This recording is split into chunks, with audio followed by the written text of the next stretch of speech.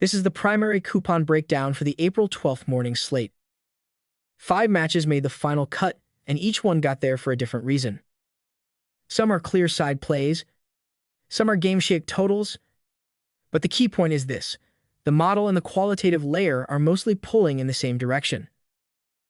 Let's start in MLS with FC Dallas against St. Louis City. The model gives Dallas a clear home edge.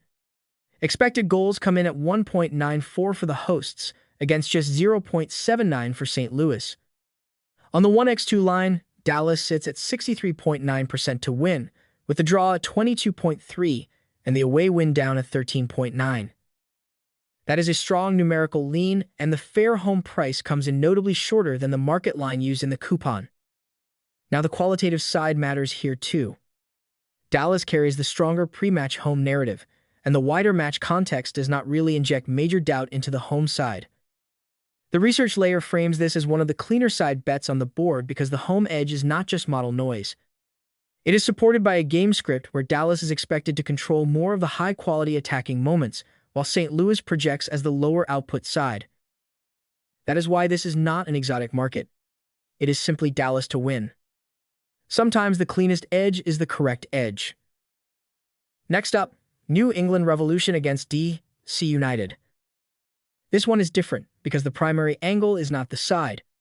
It is under 2.5 goals. The model projects expected goals at 1.39 for the Revs and 0.75 for DC. That already points toward a tighter match, and the total projection backs it up. The game card gives over 2.5 at just 36.3%, which means the under is the more natural fit. The qualitative layer reinforces that read.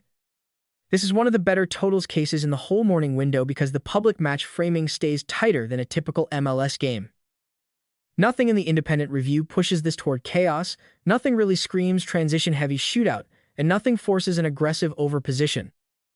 Even the top scoreline cluster leans low event, 1-0, 1-1, and 0-0 all sit near the top. So this is not just a blind under because the price looks attractive. It is an under because both the numbers and the match texture say this game could stay compressed for long stretches. Now to Japan, Urawa Red Diamonds against Tokyo Verdy. The Reds are a primary home win selection, and the reasoning is fairly straightforward.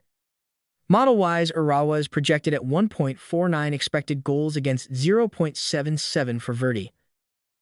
The 1x2 split comes in at 53.5% home win, 27.8% draw, and 18.7% away win.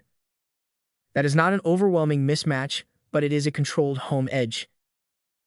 And that word matters here, controlled. The qualitative layer does not throw up major squad alarms, major tactical red flags, or any strong reason to fade the model. That is exactly why the match made the primary coupon.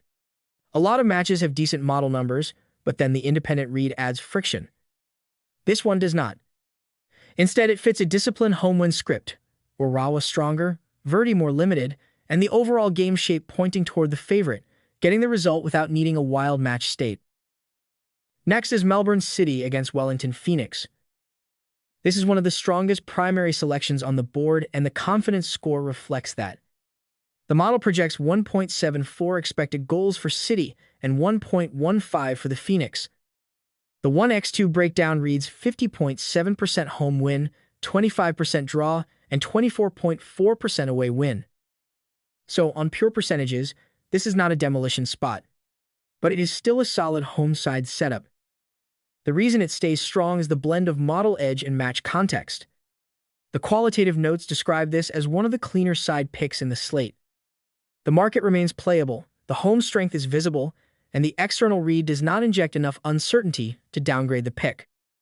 Yes, the card also carries a corners overlay flavor, and yes, the total leans a little more open than some of the lower event games.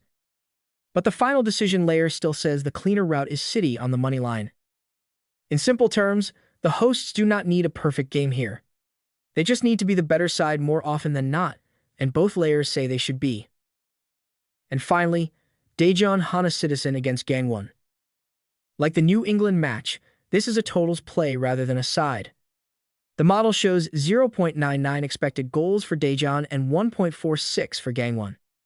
Now, on the surface, you could argue that a wayside attacking projection makes the match dangerous for an under.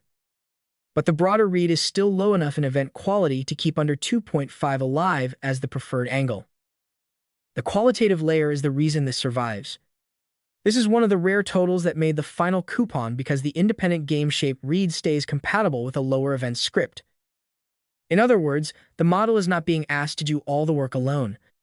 The research notes support the idea that this game could remain more measured, more cautious, and less explosive than a raw league average expectation might suggest.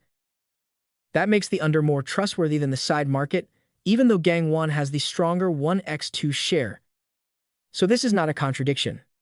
It is a case where the better betting angle is about match tempo and goal volume, not simply picking the winner.